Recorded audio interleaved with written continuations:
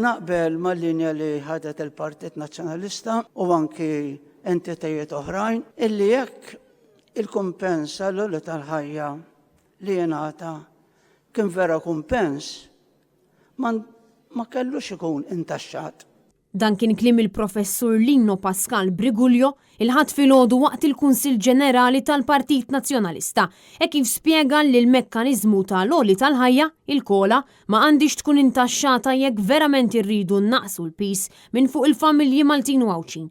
Il-professur kompla billi spjega li l-fatt li l-Ministru tal-Ekonomija Silvio Xkembri indaħal direttament f'dik li kellha tkun skema għat-tnaqqis fil-prezzijiet huwa fatt perikolus immens fejn spjega li s-sistema tal-prezzijiet li tintuża attwalment mhix sistema tajba.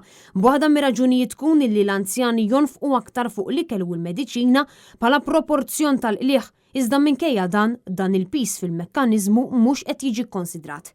Il-professur tenna li l-mudell ekonomiku tal-gvern għandu jinbidel għaliex mhux wieħed sostenibbli u mibni fuq cheap labor u għalhekk qabel mal-viżjoni tal-Partit Nazzjonalista li l-mudell ekonomiku għandu jinbidel. Kellima oħra preżenti għal dan il-Kunsill Ġenerali kienet id-deputat dekan fil-Fakultà tal-Edukazzjoni fl-Università ta' Malta, Michel Attartonna, fejn spjegat li pajjiżna għandu bżonn viżjoni fit-tul u għarfet li l-Partit Nazzjonalista għandu irrida politika. Id-deputat dekan spjegat li fil-qasam tal-mobilta hemm bżonn bidla mill-eruq kif tenniet li ħafna mill-poplu jiddependi fuq il-vettura privata tiegħu u li din hija problema minħabba żieda estensiva ta' karozzi fit-toroq. Michel Attartonna tennit li kaġun ta' traffiku li qed jesperjenza pajjiżna qed jiġu krejati ħafna problemi fosthom huma dewmien u telf ta' ħin li wieħed jitlef matul il-ġurnata.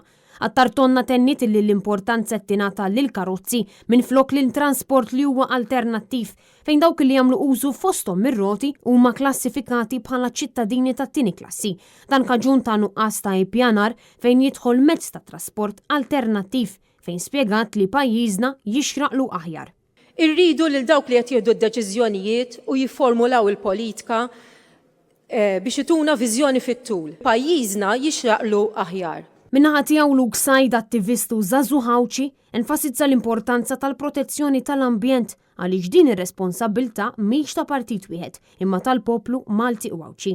Said spjega li l-kostruzzjoni, in-nuqqas ta' xita u l-bidla fil-klima qed jikkaġunaw problemi għal bdiewa illi jirriżulta fi problemi għalina kollha. Aħna pajjiżna qatt ma kellna riżors tajjeb ta' ilma, in-nuqqas ta' xita waqt li fl-istess ħin in-nuqqas ta' art idin nattu aktar bis-siment u l-konkrit qegħdin nispiċċew neqirdu l-ilma tal-pjan. Minn hemmhekk inqas ilma tal-pjan aktar problemi għall-bdiewa biex ikabbru li kellha aħna niklu fuqu li ngħixu fuqu kif ukoll għalina kollha biex ngħixu.